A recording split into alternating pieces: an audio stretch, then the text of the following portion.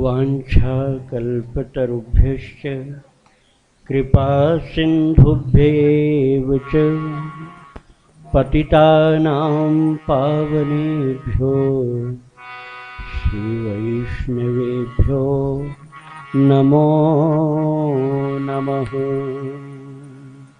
सीताराम सीताराम सीताराम जय सीताराम।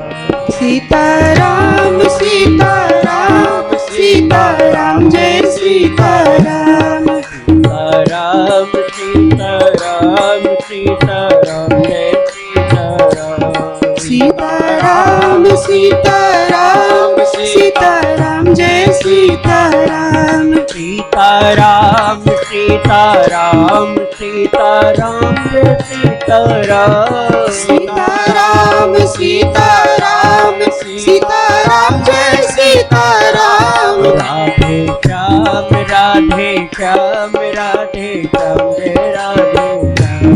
राधे श्याम राधे श्याम राधे श्याम जय राधे श्याम। राधे श्याम राधे श्याम जय राधे श्याम। राधे श्याम राधे श्याम राधे श्याम जय राधे श्याम। राधे श्याम राधे श्याम राधे श्याम जय राधे श्याम। वन बिहारी लाल की राधा रानी की जय। श्री सद्गुरुदेव भगवान की जय। भक्तों, अभी जो भजनों का अविरल प्रवाह चल रहा था उसमें थोड़ा सा अवरोध उत्पन्न किया गया और कुछ अंतराल के बाद अर्थात अभी थोड़ी देर के बाद ही वो पुनः प्रारंभ कर दिया जाएगा। अभी सत्संग की वार्ता आप श्रवण करेंगे, प्रवचन, और प्रवचन के बाद जब आप लोग पूजन का कार्यक्रम प्रारंभ करेंगे तो जितनी देर तक पूजन का कार्यक्रम चलेगा उतनी देर तक ये सब जो संगीत सेवा करने वाले अपने भक्त लोग हैं ये लोग संगीत के पुनः प्रसाद को आप लोगों को प्रदान करेंगे। तो मैं ये चाहता था कि आप भक्त लोग अपने भजन ध्यान पूजन सेवा सुमिरन संबंधी जो जानकारी चाहते हैं वो मुझसे पूछें और आप श्रवण करें, क्योंकि रोज़ाना तो सत्संग होता नहीं, साल भर में 5 बार या 6 बार ऐसे होता है। तो अभी एक आया था पर्चा मेरे पास, वो चरण सेवा वाली बात, और तो किसी का प्रश्न आया नहीं, तो मैं आपको बतला रहा था चरण सेवा की बात, वो आपने समझ लिया होगा। वास्तव में चरण की सेवा क्यों होती है? जब सृष्टि में भगवान ने बोला देवताओं से कि देखो ये मनुष्य का पुतला तैयार हो गया, अब जाओ तुम लोग एक एक अंग में प्रवेश करो, तब ये एक्टिवेट होगा, नहीं तो पड़ा रहेगा ऐसे। तो सब देवता लोग आए, सूर्य चंद्र मन में चले गए, सूर्य नेत्रों में आ गए एक एक अंश में, और वायु देवता हमारे स्पर्शेंद्रीय त्वचा में आ गए, प्रजापति उपस्थ में, पायु में, ब्रह्मा, इस तरह से इंद्रदेव आ गए हाथ में, एक एक अंगों में एक एक देवता। लेकिन पैर में कोई नहीं जाता था। भगवान ने कहा पैर में क्यों नहीं जा रहे हो तुम लोग, चलेगा कैसे? जब पैर नहीं चलेगा तो लुंज पुंज पड़ा रहेगा, जैसे पोलियो का मरीज हो, तो पैर में जाओ तब तो चलेगा। तो देवताओं ने कहा महाराज ये पता नहीं टट्टी में पेशाब में पैर रख दे तो फिर हमको उसी गंदगी में डाल देगा ये, इसलिए हम नहीं जाएंगे पैर में। सब ने मना कर दिया। तो भगवान ने कहा तुम लोग नहीं जाते हो, तो अब भगवान विष्णु की बात है। भगवान विष्णु ने कहा कि देवताओं तुम लोग इसके पैर में चरण में नहीं जा रहे हो, तो मैं ही इसके चरण में जा रहा हूं। जय हो। भक्तों, जो वास्तविक में महान होता है वो जहां बैठ जाए वहीं पूज्य हो जाता है। वास्तविक जो महान होगा वो जिस जगह बैठे वहीं उसी जगह उसकी पूजा होगी। तो भगवान विष्णु सबसे महान, और वो आकर के सबसे छोटी जगह में पैर में बैठे, तो क्या परिणाम हुआ? सब लोग चरण को ही प्रणाम करते हो। किसी को बड़ा मानोगे, पूज्य मानोगे, तो उसके चरण को छुओगे, और मन होता है कि चरण धो करके पान भी कर लें, तो चरणामृत पीते हो। अब किसी के पेटामृत, पीठामृत, नाकामृत, कानामृत तो नहीं पीते हो। किसी के शरीर के दूसरे दूसरे अंगों को तो धोकर नहीं पिया जाता। तो वास्तव में भगवान चरण में विराजमान है, इसलिए चरण से तीर्थ यात्रा करना, पवित्र कार्य करना, पवित्र जगह जाना, ये सब किया जाता है। लेकिन जो कहा जाता है कि गुरु की सेवा करो, चरण सेवा करो, उसको समझना कठिन है। वो उनकी इच्छा को, अर्थात उनकी आज्ञा को मानना उनकी चरण सेवा है। आज्ञा पालन की जैसी दूसरी सेवा नहीं होती। तुम चरण दबाओ, 4 बार दिन में आओ, वो कहें कुछ लाने को तो कह दो नहीं नहीं फुर्सत नहीं मुझे, तो काहे कि तुम सेवा से कर रहे। और गुरु महाराज को 100 बार दंडवत करो दिन भर में, चरण पकड़ो हर बार, और धो धो करके पियो, और वो कुछ कहें तो उस बात को बिल्कुल सीधा उलट दो, और तुलसी दल ले आओ। अरे महाराज मैं, गुरु जी मैंने तो तुलसी दल कभी देखा नहीं, कैसा होता है? अच्छा, और कोई ला देगा, कोई बात नहीं। अच्छा ये काम कर दो, गाय को वहाँ कर दो। महाराज मुझसे होता नहीं। अच्छा चलो घंटी लग गई, पंगत होगी, प्रसाद पालो। चलो अब कहाँ तक मना करें, कुछ तो करना ही पड़ेगा। तो ऐसी सेवा जो करते हो, तो ये चरण सेवा बेकार गई सब। उनकी आज्ञा का पालन करो, वो सबसे बड़ी चरण सेवा है। भक्तों, वास्तव में गुरु की वाणी को समझना भी मुश्किल होता है। जिसके ऊपर कृपा करते हैं वही समझता है। आप लोगों ने सुना होगा, गुरु नानक जी का नाम, उनके 2 प्रधान शिष्य थे, एक मर्दाना एक बाला। वो दोनों उनके साथ रहते थे। तो एक जगह वो जंगल में बैठे, उन्होंने एक गांव में कहा कि जाओ दोनों भिक्षा लेकर के आओ। बाला मर्दाना दोनों गए, और जिस दरवाजे पर जाते थे वहीं उनको डांटते थे लोग, डंडा लेके दौड़ते थे, इतने मोटे तगड़े हो तुम लोग, कुछ कमा नहीं सकते हो, काम नहीं कर सकते हो, भीख मांगने के चले आए, गुरु जी के लिए भीख दे दो। गाली और सुनाया लोगों ने, डंडा लेके फटकारा, भगाया। भूखे प्यासे 4-6 घंटे घूम करके आए और बोले, गुरु जी महाराज कैसे गांव में आए कि यहाँ तो सबके सब बहुत नास्तिक हैं, एक ने भी कुछ भी नहीं दिया खाने को। बोले बहुत अच्छे हैं, चलो। नानक जी ने क्या कहा? बोले बहुत अच्छे हैं। जब गांव की सीमा से बाहर जाने लगे, दूसरे गांव में प्रवेश करने लगे, तो नानक जी ने घूम करके उस गांव को प्रणाम करके कहा, प्रभु मेरी एक प्रार्थना आपसे है कि ये गांव सदा फले फूले, यहाँ के लोग आनंद से रहें, कोई अभाव न हो, कोई तकलीफ न हो, सदा ये बस्ती बस्ती रहे, अर्थात सदा आनंद मग्न ये लोग रहें, कोई कमी न हो। अब बाला मर्दाना भूख से परेशान, उन्होंने सोचा जहाँ हम लोगों को डंडे भी खाने को मिले, भोजन प्रसाद तो कुछ मिला नहीं, वहाँ गुरुजी आशीर्वाद दे के जा रहे हैं कि सदा ये गांव फले फूले और किसी को दुख न हो। फिर इसके बाद नानक जी दूसरे गांव में पहुँचे। वहाँ पहुँच करके उन्होंने बाला मर्दाना दोनों को कहा, जाओ इस गांव में जाओ, देखो भिक्षा मिल जाए तो ले आओ। देखते ही लोगों ने कहा, अरे संत आए, आज तो हम लोगों के भाग्य खुल गए, हमारे गांव में संत आए, हमारा घर पवित्र हो गया। महाराज जी आप आइए, भिक्षा यहीं से ले जाइए, क्या क्या चाहिए आप बोलिए। जो बोलते हैं उससे ज़्यादा उनको मिलता है। अड़ोसी पड़ोसी लोग दौड़ दौड़ के आ रहे हैं, अरे हमारे यहाँ से नहीं लेंगे क्या आप, आपने तो केवल एक घर से लिया, हमारे यहाँ से भी लीजिए। और भी संत लोग आए, हाँ गुरु जी महाराज आए, अरे महाराज हम लाद के ले चल रहे हैं, आपको ढोना भी नहीं पड़ेगा, आप बताइए क्या क्या सामान ले चलना। 3 संत थे और खाने के लिए सैकड़ों संत का सामान बढ़िया से बढ़िया आ गया। और वहाँ से जब प्रसाद पा करके सब वितरण करके जाने लगे, तो नानक जी ने कहा, भगवान मेरी प्रार्थना एक है कि ये गांव जल्दी से जल्दी उजड़ जाए और यहाँ कुछ भी न मिले, सब लोग ऐसे परेशान हो जाएं कि ये गांव बिल्कुल बेकार हो जाए। बाला मर्दाना ने कहा, हद हो गई गुरुजी महाराज, जहाँ इतना परेशान किया गया था वहाँ तो सदा फूलने फलने का आशीर्वाद दे के आए, और जहाँ कुछ नहीं जहाँ खूब मिला वहाँ कह रहे उजड़ जाए गाँव।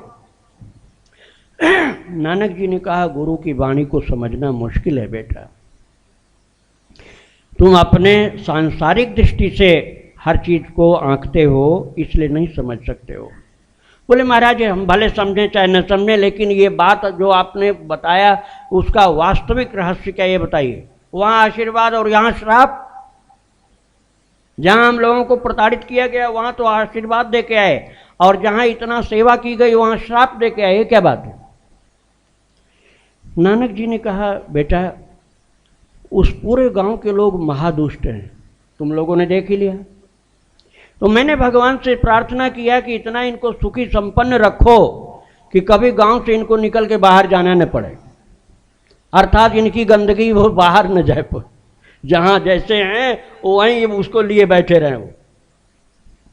और जहां पर सेवा करने वाले भावुक भक्त लोग थे, रसिक लोग थे, प्रेमी लोग थे। अब आप समझ लिए भावुक किसको कहते हैं, रसिक किसको कहते हैं।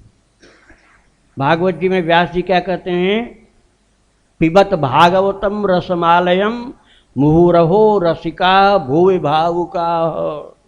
पिबत पिबत निरंतर पान करो, कौन, जो रसिक जन हो, जो भावुक जन हो।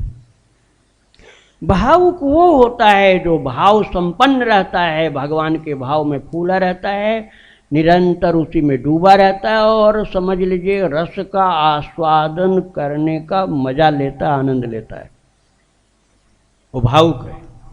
और रसिक कौन है, रसिक वो है जो रस से सराबोर जिसका हृदय रहता है, आनंद लेता रहता है, लेकिन केवल आनंद लेने का ही मजा नहीं लेता है, उसको वितरण भी करता रहता है, वितरण भी करता रहता है। जय मुहुरहो रसिका भुवि भावुका। भावुक जन खुद आनंद प्राप्त करते हैं भगवत भक्ति के प्रेम रस का, और रसिक जन दूसरे को भी पिलाते हैं। उदाहरण के रूप में आप ये समझ लीजिए कि भगवान व्यास जी भावुक हैं और सुखदेव जी महाराज रसिक हैं। सबसे बड़े रसिक तो हमारे कन्हैया है, इसलिए यहाँ मंदिर में भी ठाकुर जी का नाम राशेश्वरी रसिक ठाकुर। लेकिन जो वास्तव में भावुक हो गया और फिर रसिक भी हो गया, वो उस गुरु और भगवान में कुछ भी अंतर नहीं रह जाता, वही लाभ प्राप्त हो जाता है। इसलिए सुखदेव जी की कृपा जब हो गई तो भगवान की ही कृपा मानी जाती है वो। बल्कि कभी कभी तो ऐसा होता है कि भगवान कहीं कहीं थोड़ा आनाकानी कर जाते हैं, लेकिन जब भक्त ने हाँ कह दिया, एवं मस्तु कह दिया, तो भगवान को वहाँ पर सारा अपना नियम तोड़ करके कहना होता है कि जब तुम्हारे गुरु जी ने कह दिया तो सफल होगा, सब सफल होगा। अर्थात भगवान से भी ज़्यादा उस जगह पर गुरु की महिमा हो जाती है। तो मैं क्या बता रहा था कि वो नानक जी ने जहाँ पर उनकी सेवा खूब की गई वहाँ श्राप दिया, ये गांव उजड़ जाए, यहाँ के सब लोग परेशान हो जाएं। क्यों कि ये लोग सभी भावुक हैं, रसिक हैं, प्रेमी हैं, महान से महान सत्संगी हैं। जब ये गांव उजड़ेगा तो ये यहाँ से बिखरेंगे और पूरी दुनिया में जाएंगे, और एक एक व्यक्ति जहाँ जहाँ जाएगा एक एक महान गांव बसा लेगा। जिस जिस जगह वो पहुंचेगा उस गांव में भक्ति की रसधारा प्रवाहमान होगी और वहाँ भक्ति का ही वातावरण होगा। इसलिए उजाड़ने के लिए श्राप दिया था। अब बताइए गुरु के वचन समझना कितना कठिन है। सामान्यतया इसका उल्टा ही समझ में आता है, लेकिन जब उन्होंने रहस्य बता दिया, ऐसे ही बहुत से संतों के जीवन में मिलता है। तो कई बार आदमी समझता नहीं तो ये समझता है गुरुजी नाराज हो गए। नाराज नहीं होते, उनकी कृपा होती है। अब हम लोग कैसे समझें कि हमें क्या करना चाहिए, क्या नहीं करना चाहिए। वास्तव में हमारे जीवन की एक एक बात को यदि भगवान बताएं, हम लोग तो कुछ भी नहीं हैं, भगवान के सम्मुख एक कण के बराबर भी नहीं। लेकिन स्वयं परमात्मा यदि हम लोगों को पूरे जीवन में, अर्थात सब लोगों को, पूरी दुनिया के लोगों को, किस समय क्या करना है, किस समय नहीं करना है, कब क्या करोगे, कब नहीं कर देना है, ये सब बात सारी लिखते तो 700 श्लोक में गीता नहीं पूरी होती, 7 लाख श्लोक होते तब भी नहीं पूरी होती। क्योंकि जीवन में कितनी कितनी परिस्थितियां आती हैं जब हम निर्णय नहीं कर पाते कि हमें क्या करना चाहिए, क्या नहीं करना चाहिए। तो क्या करना पड़ता है, हमको गुरु की शरण में जाना होता है और उनसे पूछना पड़ता है कि हमारे लिए इस समय कर्तव्य क्या है। लेकिन यदि कभी कदाचित ऐसा हो जाए कि हमारे सम्मुख संजोग नहीं बना, जैसा मैं अभी बता रहा था कि हम लोग सोचते हैं कि संसार के काम सब निपट जाएं तब गुरु जी के पास जाएंगे, इसलिए नहीं जाते। तो ऐसी कभी पोजीशन आप बन जाए कि हमको वो लाभ नहीं मिल रहा है, तो एक पैमाना मैं तुमको दे रहा हूँ, बड़ा सीधा सटीक पैमाना, कि जब मेरे सम्मुख ये कन्फ्यूजन वाली पोजीशन आ जाए,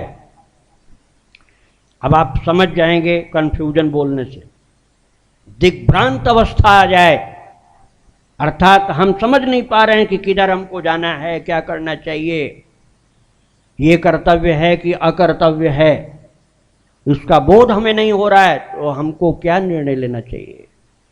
एक पैमाना मैं दे रहा हूं, उससे आप नाप लोगे। बस ठंडे भाव से, ठंडे दिल से, शांति से बैठ करके उस समय 1-2 मिनट एकांत में बैठ जाओ। तुरंत डिसीजन मत लो, तुरंत डिसीजन मत लो, तुरंत निर्णय मत लो। एकांत में बैठ जाओ 2 मिनट, 4 मिनट, 5 मिनट के लिए, और उस पोजीशन में मौन हो जाओ और थोड़ा सा उन लोगों से प्रार्थना कर दो कि मैं अभी बताऊंगा। अपने लिए भी, दूसरों के लिए भी, यदि खुद अपने लिए समझना है तब भी, और परिवार में किसी बेटा बेटी, बहू, पति पत्नी किसी को बताना है तब भी, थोड़ा सा मौन होकर के बैठ जाओ और फिर विचार करो कि अब ये जो कर्तव्य मुझे करने की घड़ी आई है, ये ठीक है कि नहीं। तो निर्णय कैसे लोगे। बस एक चीज केवल सोचो कि ये जो काम मुझे करना पड़ रहा है या करने जा रहा हूं, इससे मेरे भगवान श्याम सुंदर बाल कृष्ण प्रसन्न होंगे या नाराज होंगे। बस केवल यही समझ लो, जो खुश होते हैं तो कर्तव्य है, धर्म है। यदि हमारे भगवान उससे प्रसन्न होते हैं, ये हमारे समझ में आ गया, तो वो धर्म है, वही कर्तव्य है। और ये समझ में आया नहीं, प्रभु को अच्छा नहीं लगेगा, ये जय हो, भगवान को अच्छा नहीं लगेगा, तो समझ लो कि चाहे कितना ही अच्छा तुम मान रहे हो, लेकिन वो बेकार है, वो धर्म नहीं है। धर्म का निर्णय करना बड़ा कठिन होता है। भक्तों, वास्तव में भगवान की भक्ति जो करता रहता है ना, उसको ठाकुर जी अपने आप मार्ग देते हैं। और भाई, मैं अभी कह रहा था जरूर तुमको कि अपना हृदय खाली कर दो, तब भगवान प्रेम भरेंगे। लेकिन हृदय खाली करने की बस की बात मुश्किल है, तो फिर क्या करें। मन में सोचना है, मन में सोचना है, प्रयास तो करना है, क्योंकि प्यास होगी तो प्रयास होगा। तो प्रयास तो करना है, मन में तो सोचना है कि हम शुद्ध हो जाएं, पवित्र हो जाएं, अंतःकरण निर्मल हो जाए, अर्थात जो गंदगी वो सब दूर हो जाए। प्रयास करना है। अब वो प्रयास जो है हमारा, हमको पूर्ण सफल बने न भले न बना पाए, लेकिन प्रयास करना है। प्रयास करने के साथ साथ भगवान से प्रार्थना करनी है और गुरु का आशीर्वाद लेना है। लेकिन इन सब के बावजूद भी एक बात मैं तुम्हें बता रहा हूं, कमल का फूल जो बहुत सुंदर हो, बहुत सुगंधित हो और देखने में बड़ा बढ़िया खिला हुआ, उसमें से सुगंध निकल रही, अब उस पर भंवरा आके मर जाता है, तो भंवरा मटरा करके उसकी सुगंध को लेता है, परागकण को लेता है, गंध को प्राप्त करता है। तो क्या उस समय भंवरा ये जानता है कि कीचड़ में पैदा हुआ था ये? कहाँ हुआ था पैदा? हो कीचड़ में ही तो हुआ था। यदि किसी को ये जानकारी नहीं होगी और सुंदर कमल का फूल उसको प्राप्त होगा और सुगंध से भरपूर होगा और कभी ना वो सुना होगा कि कहाँ पैदा होता है, तो वो शायद कल्पना करे कि कोई सेंट का कुंड होगा, कोई इत्र का टैंक बना होगा, कुंड होगा और उसमें कोई ये आकाश से अप्सरा ने आकर के डाला होगा इसमें बीज, और वहाँ स्वर्ग के गंधर्व विद्याधर गायन करते होंगे और चिड़िया पूजती होंगी, वहाँ पर ये फूल निकला होगा। लेकिन ये सब कल्पनाएं हैं, सच्ची बात तो है नहीं। सच्ची बात क्या है कि एकदम खराब से कीचड़ में वो पैदा हुआ है, लेकिन कीचड़ में पैदा होने के बावजूद भी उसकी डंडी ऊपर उठ गई और वो डंडी कीचड़ से ही ऊपर नहीं, कीचड़ से स्पर्श प्राप्त हुए पानी से भी ऊपर उठ गई और उस पानी से भी ऊपर उठने के बाद उस डंडी में वो कमल का फूल खिला, सुगंध बिखेरने लगा। अब उस कीचड़ को वो देखता नहीं भौरा और आकर के उसकी सुगंध का रसपान करता है। भक्तों, मैं आपको बता रहा हूँ इसलिए कि हम सब लोगों की, न केवल हम लोग, सारी दुनिया का शरीर, उसमें सबसे महान शरीर मनुष्य का है। शास्त्रों में, पुराणों में, वेदों में लिखा हुआ है कि कई बार देवता लोग भी प्रयास करते हैं कि हम लोग, जो हमारा पुण्य खत्म होने जा रहा है स्वर्ग में और यहाँ से निकाले जाने वाले हैं, तो पुनः पुण्य प्राप्त करने का अवसर मिले, इसलिए हमें एक बार फिर से मनुष्य बना दिया जाए। जय हो। ऐसी याचना करते देवता और वो प्रार्थना करते महाराज, एक चांस, 1 चांस मोर, फिर तो हम लौट के महाराज यहीं पक्का आएंगे। लेकिन भगवान कहते हैं बेटा वो चांस चला गया। लेकिन कितने गफलत में हम लोग रहते हैं कि वो शरीर जिसके लिए देवता याचना करते हैं हम लोगों को मिला है। अर्थात हम सभी लोग महान भाग्यशालियों में हैं, महान भाग्यशालियों में, ये सत्य है। फिर भी ये शरीर पैदा कैसे हुआ, यदि इसको आप देखेंगे तो आपको मानना पड़ेगा कि ये शरीर जब पैदा हुआ तो उसका कारण था काम वासना। ये सभी की बात है, बिना उसके शरीर हो नहीं सकता था पैदा। काम वासना उत्पन्न होने के बाद ये शरीर उत्पन्न हुआ।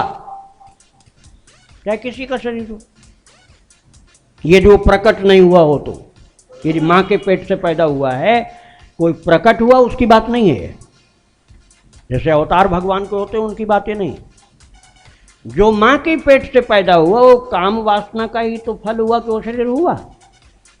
तो भाई जिस कारण के बाद ये कार्य, वेदांत की भाषा में इसको कार्य बोलते हैं, ये अर्थात इसको रिजल्ट बोल दीजिए आप समझने के लिए। जो उसका रीजन था लस्टिक डिजायर, तो उसका जो परिणाम अर्थात रिजल्ट हुआ है शरीर हुआ, जिसकी बड़ाई हम कर रहे हैं। तो जब काम के परिणाम स्वरूप ये शरीर पैदा हुआ है तो वो काम वासना हम कहाँ से निकाल के फेंक देंगे बाहर, वो तो भाई रहेगी। फिर क्या करेंगे, अर्थात कीचड़ वो रहेगा, कीचड़ जाएगा नहीं। लेकिन भक्तों, गुरु के आशीर्वाद से, संतों की संगति से, भजन कृपा से ऐसा कृष्ण प्रेम का डंठल अर्थात डंडी इसी कीचड़ अर्थात इसी काम वासना से जो हमारा शरीर बाद में परिणित हुआ इस रूप में, इसमें कृष्ण प्रेम की डंडी ऐसी निकले कि जिसके ऊपर हमारा मन भाव से भरपूर कमल पुष्प बन जाए, तो उस कमल पुष्प में कृष्ण रूपी काला भौरा मंडराता हुआ आ जाए। बोलो गुरुदेव भगवान की जय। और वो कृष्ण रूपी काला भौरा जब आकर के मंडराता हुआ हमारे कमल पुष्प अर्थात मन रूपी कमल पुष्प को आकर के आघ्राणित करेगा, अपने घ्राण से उसे प्राप्त करेगा। सूंघेगा कौन? वो भगवान कृष्ण। तो कभी नहीं कहेंगे कि तेरा शरीर दिव्य नहीं है, तेरा शरीर काम वासना से पैदा हुआ था, तेरा शरीर गंदा है, मलमूत्र इसके अंदर भरा हुआ है, हड्डी मांस थूक आज बलगम आज भरा हुआ है। ये भाई यही सब हमारे शरीर में एक भी चीज ऐसी नहीं जो बाहर निकाल करके और फिर आप उसको अंदर लेना चाहो। हमारे शरीर में इतनी गंदगियां जो भरी हैं, ऐसी एक भी नहीं कि जो उसको बाहर निकाल कर रख दो फिर कहो कि हाँ ठीक है रख लेते हैं अंदर। मतलब इतना खराब है। इतना खराब होने के बावजूद भी कृष्ण प्रेम की डंडी मैंने बताया कि उसके ऊपर हमारा मन सुगंधित भाव से भरपूर कमल पुष्प बन गया तो कन्हैया ही मानो काला भौरा बनकर के आकर के रसपान करेंगे। और तब हमारी ओरिजिन को, हमारे उद्गम को वो नहीं देखेंगे, हमारे भाव को देखेंगे। और यही तो गोपियों के साथ हुआ था। भगवान गोपियों की सेवा करते हैं। यद्यपि भक्त लोग करते हैं भगवान की सेवा, लेकिन वहां इतनी ऊंचाई हो चुकी है गोपियों की कि वहां भगवान सेवा करते हैं, क्योंकि वो रस बढ़ता चला जाता है, उसमें तृप्ति नहीं होती। देखिए संसार के रस में और भगवान की भक्ति के रस में एक खास अंतर। हमको भगवान के रस एक ही है, कृष्ण प्रेम रस। और दिने दिने नवम नवम, दिने दिने नवम नवम प्रतिक्षण वर्धमानम। नारद जी ने भक्ति सूत्र में एक सूत्र रख दिया, प्रतिक्षण वर्धमान। मिले रहत जन कबहु मिले ना। ऐसे मिले हैं, ऐसे मिले हैं कि जैसे कभी पहले नहीं मिले। तो वो रस तो वही है, लेकिन उसमें नवीनता नवीनता नवीनता बढ़ती जाती है। प्रतिक्षण वर्धमान। अच्छा देखिए, संसार का रस एक रस में बस 2-3 दिन 4 दिन, अरे जी अब हमको ये पसंद नहीं, ले जाओ दूसरा तोरण ले आओ। अरे आपने ही तो कहा था कि भिंडी की सब्जी बहुत अच्छी होती है। अरे खाते खाते 1 महीना हो गया, बस अब हमारे बस का नहीं। मतलब उसमें चेंज करना जरूरी है। भगवान की भक्ति में वही रस रोजाना नया नया लगता है और तृप्ति नहीं होती। और संसार का रस रोजाना चेंज करो तब भी रोजाना कहोगे बस आई एम सेटिस्फाइड, ले जाओ अब नहीं लेना मुझे, मन भर गया, मन भर गया, ऐसे ऐसे शब्द बोले।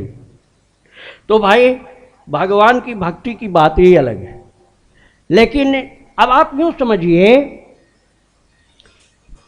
एक तो व्यवहार का पक्ष है, एक अध्यात्म का पक्ष है। व्यवहार के पक्ष में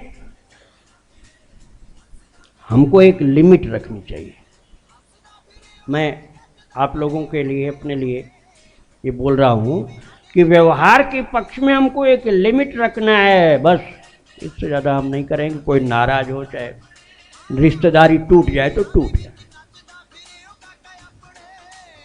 और भगवान के पक्ष में अनलिमिटेड। ऐसा नहीं कि बस गुरुजी ने कहा था 32 माला तो उतना ही करेंगे। अरे नहीं, जब आनंद आ रहा है तो वही करो, रात दिन करो। एक बार दर्शन करने को कहा था कि वृंदावन एक बार साल भर में आ जाना। अरे एक बार क्यों, जब आनंद मिल रहा है तो हम तो हर महीने चलेंगे। ध्यान 5 मिनट करने के लिए कहा था, लेकिन 5 मिनट नहीं, अब हम तो ध्यान भगवान का करते ही रहेंगे। अच्छा देखिए मेरा कहने का मतलब ये हुआ कि अध्यात्म में सीमा नहीं रखो। अध्यात्म अर्थात साधना, भक्ति में सीमा मत रखो। और व्यवहार अर्थात सांसारिकता में सीमा लगा दो, उसमें लिमिट बना दो। नहीं, अब हमको ज़्यादा फैलाव नहीं करना है, हमको ज़्यादा व्यवहार नहीं निभाना है। ये बात आपको करनी पड़ेगी, तभी भक्ति होगी। और भक्तों, वैसे हम 2 मार्ग मानते हैं, एक निवृत्ति का मार्ग, एक प्रवृत्ति का मार्ग। गीता में भी भगवान ने कहा सांख्य योग पृथक बाला प्रवदंती न पंडिता एक प्यासित सम्यक उभयोर बिंदुते फलम। एक सांख्य का मार्ग है, एक भक्ति का मार्ग है, कर्मयोग का मार्ग है। दो मार्ग बताया 5वें अध्याय में, प्रवृत्ति का मार्ग और निवृत्ति का मार्ग। अर्थात यूं कह लीजिए एक गृहस्थी है, एक बाबा जी, सरल शब्द में। लेकिन भक्तों, यदि हम अपनी प्रैक्टिकल लाइफ को देखें तो हमारे ही जीवन में ये प्रवृत्ति और निवृत्ति रोजाना आती है। उस बात को समझने के लिए हम आपको अलर्ट कर रहे हैं। अलर्ट होने की क्या बात है? प्रवृत्ति मार्गी को और निवृत्ति मार्गी को क्या थिंकिंग रखनी है, कैसा विचार रखना है? प्रवृत्ति मार्गी को ये विचार रखना है, अजी जो हो रहा है सब ठाकुर जी की कृपा से ठीक है। निवृत्ति मार्गी अर्थात सन्यासी, साधु, विरक्त, ज्यादा प्रपंच में नहीं पड़ना चाहिए। और प्रवृत्ति मार्गी को नहीं, जो नहीं ठीक है वो ठीक करना है, नहीं तो तुम फिर व्यवहार में फेल हो जाओगे। व्यवहार में जो चीज नहीं ठीक है वो ठीक करना पड़ेगा। और भगवान की भक्ति में अर्थात जो भक्त मार्ग में लगे हैं, संत लोग हैं, सब ठीक है, संतुष्ट रखो, अपने मन को संतुष्ट रखो। दुनिया को कहाँ तक हम ठीक कर पाएंगे? साधु की बात हुई है, संत लोग भी बैठे हैं इसलिए उनकी बात भी सुना रहे हैं। साधु को ज़्यादा लफड़े में नहीं पड़ना कि नहीं ये हमारी पसंद का नहीं, ये हमको ठीक नहीं लगता, ऐसा मत करो, ऐसा नहीं। ठीक है, जो मिल गया ठीक है, रूखा सूखा खाई के ठंडा पानी पियो। ये दृक्षा लाभ संतुष्टो द्वंद्वातीतो विमत्सरा। लेकिन मैंने कहा कि ये हमारे जीवन में रोजाना आता है, हमारे आपके सबके जीवन में ये दोनों मार्ग आते हैं, प्रवृत्ति का मार्ग और निवृत्ति का मार्ग। तो ये दोनों मार्ग कैसे आ जाते हैं? अब आप समझ लो, आपके लिए व्यवहार प्रैक्टिकल बात है। जब आप साधना करने बैठते हो, पूजा करने बैठते हो, ध्यान जप भगवान की पूजा, तब आप निवृत्ति मार्गी हो। तब आप कौन हो? निवृत्ति मार्गी। सावधानी से सुनना। और जब आप ये सब काम पूरा करके फैक्ट्री में चले गए, ऑफिस में चले गए, या कॉलेज में चले गए, यहाँ अपने फील्ड में, अपने खेत में चले गए, जहाँ भी आपको काम करना वहाँ चले गए, तब आप प्रवृत्ति मार्गी हो। जब भजन पूजा ध्यान सुमिरन भगवान की भक्ति के लिए मंदिर में और अपनी कुटिया में अपने पूजा गृह में बैठे थे, तब निवृत्ति मार्गी हो। समझ में आ रही होगी बात? निवृत्ति मार्गी हो। और जब चले गए अपने सांसारिक कार्य को करने के लिए, तो आप प्रवृत्ति मार्गी हो। अभी मैंने क्या बताया था आपको? जब आप निवृत्ति मार्गी हो, संत की बात पहले मैं सुना रहा था कि संत निवृत्ति मार्गी है तो उसको जैसा प्राप्त हो उतने में संतुष्ट होना और मन में सोचना सब ठीक है।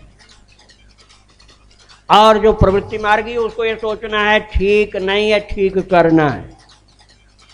जो ठीक नहीं उसको ठीक करना है। अब आप सीधे आ जाइए अपने ऊपर। जब भजन ध्यान सुमिरन में बैठो तो घर की चिंता को छोड़ करके सोचो सब ठीक है, सब ठीक है, अब तो भक्ति करनी भगवान की। और जब फैक्ट्री में, ऑफिस में, कॉलेज में अपने काम में पहुंचो, तब सोच लो अरे क्या क्या नहीं ठीक है, क्या क्या गड़बड़ हुआ है, वो सब ठीक करना है। और हम लोग करते हैं इसका उल्टा, इसका उल्टा करते हैं। जब पहुंच गए अपने काम में तो कहते हैं हाँ सब ठीक है, ठीक है, ठीक है, हमारे बस का नहीं, छोड़ो, ये विवाद हमारे सामने मत लाओ, सब ठीक है। और जब भगवान की भक्ति के लिए माला लेके बैठे, ध्यान पूजा करने बैठे, तब शरीर बैठा मंदिर में, हाथ में माला, आंख बंद किया ध्यान करने के लिए, मन में क्या सोचना था? सब ठीक है, भगवान का भजन करना, सब ठीक है, भजन करना। अब करते क्या हैं? अजी कहाँ कहाँ गड़बड़ हुआ था, वो क्या क्या हुआ था, थोड़ा सोचे तो सही। जितने गड़बड़ हुए थे पिछले दिन और महीना भर पहले और साल भर पहले, वो सारा हिसाब उसी पूजा और ध्यान के समय करना है। ये करने से क्या होगा? भक्ति सही नहीं रहेगी। निवृत्ति मार्ग अर्थात भक्ति के समय सब ठीक है मानो, और प्रवृत्ति मार्ग अर्थात जब काम करने का समय तो क्या क्या नहीं ठीक है उसे ठीक करना। फिर अपने आप भगवान की ओर बढ़ते चले जाओगे। और भक्तों तब हमारी हृदय भूमि उर्वरा बनेगी, अर्थात इतना फर्टाइल बनेगी, उसमें भक्ति का पौधा उसमें लहलहाता चला जाएगा। भक्तों फिर तो मैंने बताया था ना पहले, एक आशा वाली श्रद्धा, एक निराशा वाली श्रद्धा, एक पिपासा वाली श्रद्धा। तो आशा वाला तो परेशान, निराशा वाला संत मिल गए, गुरु मिल गए तो पहुंच गया, और पिपासा वाले की श्रद्धा जैसा मैंने बताया अभी निवृत्ति मार्ग प्रवृत्ति मार्ग की बात, इस तरह से सावधानी से साधना करता है तो गोपी के द्वार पर भगवान पहुंच जाते हैं और कहते हैं, अरे मैं आया हूं तेरे दरवाजे पर, देखती नहीं है। चरण से ठुमका लगा देते हैं, पैजनी की आवाज करते हैं, बांसुरी बजा देते हैं, तब गोपी अपने आप भागी चली आती है, अर्थात उसके पास भगवान खुद चले आते हैं। किसके पास? पिपासा वाले श्रद्धा के पास भगवान आते हैं, और आशा और निराशा वाली श्रद्धा के पास भगवान नहीं आते, उसे भगवान के पास जाना पड़ता है। विभीषण जी को भगवान के पास जाना पड़ा था। मैंने बताया उनकी निराशा वाली श्रद्धा थी, भाई ने लात मारा, सबसे ठुकराए गए, सब जागृत हुए, सब जगह से निराश हुए, लेकिन तब भी भगवान उनके पास नहीं आए। गुरु की कृपा हो गई, हनुमान जी रूपी गुरु मिल गए, और उनकी कृपा से वो भगवान की तरफ चल पड़े, और चलते चलते राम जी के पास विभीषण जी पहुंच गए। लेकिन भक्तों यदि रामावतार को देखा जाए तो शबरी मैया की श्रद्धा पिपासा वाली श्रद्धा है, और ऐसी श्रद्धा है कि उनके गुरु को आशीर्वाद मन से हृदय से निकला। शबरी, चाहे दुनिया के सब संत लोग भगवान को खोजते फिरते हों, लेकिन मेरा आशीर्वाद है एक दिन तुझे भगवान ही खोजते खोजते तेरे पास आ जाएंगे। जय। सब लोग भगवान को खोजते हैं और भगवान तुझे खोजते खोजते तेरे पास आएंगे। ये पिपासा वाली श्रद्धा है। पिपासा वाली श्रद्धा में एक्सपेक्टेशन नहीं होता, मैंने बताया ना, कोई डिमांड नहीं होती है, कोई चाह नहीं होती, केवल प्रभु को सुख देने की, सेवा करने की भावना होती है। और जहाँ सेवा की भावना होती है भक्तों, वहाँ व्यक्ति भगवान के लिए कितना उदार होता है, कितना उदार होता है कि उसकी कोई सीमा नहीं रहती,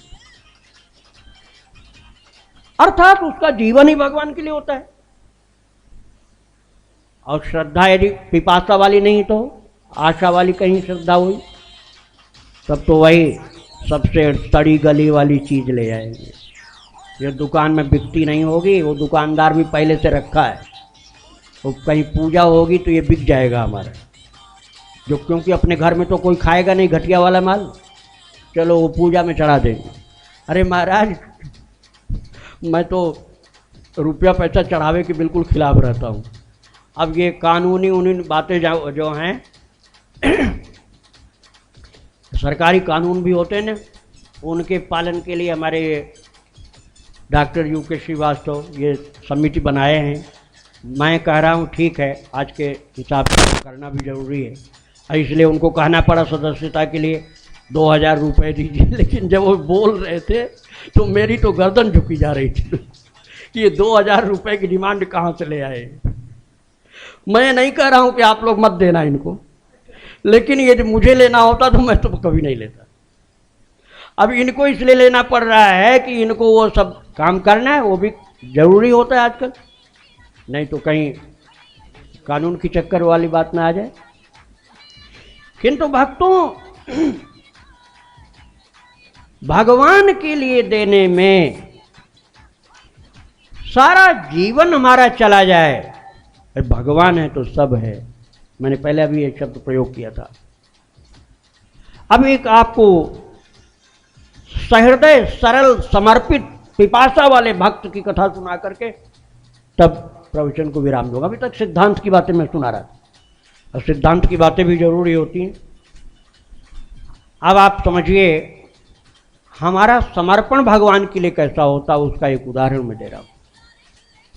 बात पुरानी है लेकिन बड़े काम की है। दिल्ली से अकबर आगरा जा रहा था और उसके साथ तो राजा है तो बहुत लोग जाएंगे। तो मथुरा से निकल रहा था और मथुरा में एक माली बहुत सारे सुंदर सुंदर सुंदर फूल लेकर, तमाम गुलाब और बहुत सुगंध वाले फूल सब लेकर बैठा था। महाराज तब तक एक पंडित जी थे जो बहुत ही भक्त थे तो गृहस्थी परिवार वाले थे, लेकिन महाराज जैसे मैंने बताया कि कीचड़ में से कमल निकलता है, बस वो हाल। पंडित जी गृहस्थ जरूर थे लेकिन भक्ति ऐसी थी कि वही कमल वाली। संजोग की बात, उस दुकान के सामने से निकले तो बस एक ही बात मन में आई, अरे इतने अच्छे फूल मेरे ठाकुर जी की सेवा में आ जाएं तो कितना अच्छा हो। ये भक्त की बात है, सब लोगों के मन में बातें नहीं आती है। जब वो पंडित जी पहुँचे हैं उस माली की दुकान पर, तो बहुत सस्ताई के ज़माने की बात, अकबर के ज़माने की बात, कितने 100 साल पहले की। तो उन्होंने, वो एक एक पैसे में बहुत सारे फूल मिलते थे तब, तो उन्होंने कहा कि भाई इतनी सुगंध वाले इतने बढ़िया फूल तुम लेकर के आए हो कि मेरा मन हो रहा है कि आज तो फूल बंगला ही भगवान का बना दे। बताओ पूरा सारा फूल कितने का दे दोगे तुम? माली ने कहा महाराज 5 आना लेंगे। 5 आना, अभी नए बच्चे तो समझेंगे नहीं आना क्या होता है। 5 आना इसकी कीमत है। तो यद्य पंडित जी के लिए 5 आना बहुत बड़ी चीज़ थी, उनके पास 5 आना भी घर में था नहीं, लेकिन उन्होंने कहा बस थोड़ा सा रुकना पड़ेगा। मन में सोचा कुछ न कुछ बेच के ले आएंगे, मैं 5 आना भले लग जाए पूरा फूल ले जाऊंगा और आज तो भगवान का पुष्पों का श्रृंगार फूल बंगला बनाऊंगा। उसी समय अकबर का जो सबसे निजी सेवक था वो आ गया। उसने कहा सम्राट अकबर जा रहे हैं, उनके रथ की सजावट करनी है, ये सारा फूल मुझे चाहिए। माली कितने में देगा? माली थोड़ा लालच में आ गया, उसने कहा ये 5 आना का बिक गया है, ये बिक गया माल, 5 आने में बिक गया। वो अकबर का जो सेवक था उसने कहा 5 आना का बिक गया तो क्या मुझसे 10 आना ले, मुझे दे, राजा के लिए जाएगा। लालच में आ गया माली, वो थोड़ा सा हाँ हूँ करने लगा। तो पंडित जी बोले अरे जब सौदा पट गया तो उसको कैसे दोगे, तुम बीच में क्यों बोल रहे हो? उन्होंने कहा पंडित जी ने, देखो भाई मैंने पहले खरीद लिया। उसने कहा राजा के सेवक ने, तेरी बोलने की औकात है? सम्राट का मैं सेवक हूं, 10 आना में नहीं, तू 5 आना में खरीद रहा है, मैं 5 रुपया दूंगा इसका। माली सारे फूल ला के भेज दे, 5 रुपये ले मुझसे। महाराज माली तो तैयार हो गया, 5 रुपया मिल रहा है, कहाँ 5 आना मिल रहा था, वो तैयार हो गया। लेकिन पंडित जी ने मन में सोचा, एक हाड़ मांस का पुतला वाला आदमी अपने को राजा समझता है और उसका ये सेवक उस गुमान में है कि मैं अकबर का सेवक हूं और 5 रुपये कीमत दे रहा है, मैं ठाकुर जी का सेवक हूं। अस अभिमान जाय जन भोरे, मैं सेवक रघुपति पति मोरे। जय हो। ये अभिमान कल्याणकारी है कि मैं अपने प्रभु का हूं, मेरे प्रभु मेरे, दोनों बात होनी चाहिए। मैं अपने प्रभु का हूं और प्रभु मेरे, प्रभु ही मेरे हैं, प्रभु ही मेरे हैं, ये मन में भाव होना चाहिए। उसी बल से पंडित जी ने कह दिया ये देगा, ये नौकर जो है अकबर का, ये 5 रुपये दे रहा है माली तुम्हें, मैं तुझे 10 रुपया दूंगा, फूल मुझे दे। अब तो अकबर का जो नौकर था वो नाराज हो गया, है पंडित जी इतनी हिम्मत तुम्हारी, 10 रुपया तुम दोगे इस फूलों को, फूलों की कीमत 10 रुपया दोगे, जानते नहीं हो सम्राट के लिए जा रहा है, मैं 50 रुपया दूंगा, फूल सब भेज दो राजा की सेवा में, 10 से 50। महाराज पंडित जी की भक्ति विलक्षण थी, समर्पण विलक्षण था। उनके तो कई पुष्ट में भी 50 रुपया किसी ने देखा नहीं था।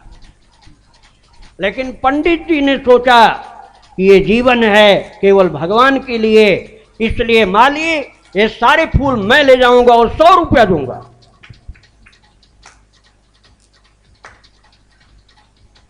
श्री राधे राधे। भक्तों, अब जल्दी करो भाई, तो निकल जाएगी। हम भगवान के लिए कितना समर्पित करते हैं अपने को, ये बात आपकी भक्ति पर डिपेंड करती है। आपकी भक्ति कितनी ऊंची है। यदि भक्ति ऊंची हो गई तो आपके अंदर भगवान की सेवा के लिए कृपणता कभी नहीं आएगी। इसका कहीं उल्टा अर्थ नहीं लगा लेना आप लोग को। यहाँ मैं आप लोगों को प्रेरित कर रहा हूँ कि यहाँ खूब दान उन करके जाना, ये ऐसी कोई बात भी नहीं। 1% मैं असली बात सुना रहा हूँ आपको। यहाँ तो चाहे आप कुछ भी नहीं दो, यूके को भले थोड़ा सा खराब लग सकता है, लेकिन ये भाव अपने अंदर लेके जाओ, चाहे जहाँ दो। भगवान को, आप भगवान की सेवा करो। यदि सच्चाई है भक्ति में तो समर्पण में कंजूसी नहीं होगी। महाराज, पंडित जी की भक्ति कितनी ऊंची थी कि पंडित जी ने कुछ भी नहीं सोचा, उन्होंने कहा मैं 100 रुपया दूंगा, फूल मेरे घर भेज। अब अकबर का सेवक सोचने लगा, 100 रुपया की जगह में कहीं 101 भी किया और लेकर गया फूल, तो अकबर मुझे नौकरी से भी भगा देगा, क्योंकि उसका तो तनख्वाह भी 5 रुपया से ज़्यादा नहीं रही होगी उस नौकर की। अकबर मुझे नौकरी से भगा देगा, कहीं ऐसा भी नहीं कर दे कि हवालात में डाल दे या सूली पर चढ़ा दे। इसलिए वो जो अकबर का सेवक था वो तो घबरा गया और बोला कि मैं जा रहा हूँ, खाली हाथ चला गया। लेकिन माली बड़ा तेज था। माली ने कहा पंडित जी अब 5 आने में माल फूल नहीं मिलेगा आपको। 5 आने में हम पहले आपको दे रहे थे जरूर, लेकिन अब चाहे मुझे ये ले जाके जमुना जी में डालना पड़े, लेकिन आपको दूंगा तो 100 रुपए में ही दूंगा। माली भी बड़ा जोर का था।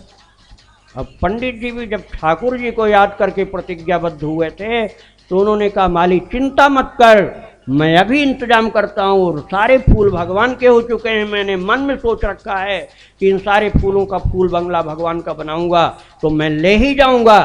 और महाराज एक सेठ के यहाँ गए और उन्होंने अपनी पत्नी के आभूषण, अपनी जो भी प्रॉपर्टी थी, घर मकान जमीन जायदाद, अपने घर के बर्तन, सब के सब बेच दिए।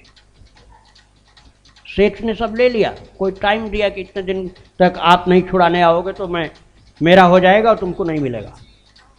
और 100 रुपया लेकर 1 घंटे के अंदर पंडित जी आ गए और 100 रुपया दिया माली को, 5 आने के फूल का 100 रुपया, और लेकर के सारा फूल पंडित जी गए और अपने घर में जो भगवान का मंदिर था वो बहुत भाव से सजाया है, फूल बंगला बनाया है और भगवान का श्रृंगार किया, फूल बंगला बनाया। अब ये बात तो मथुरा की है। अब आगे क्या हो रहा है ये सुनिए।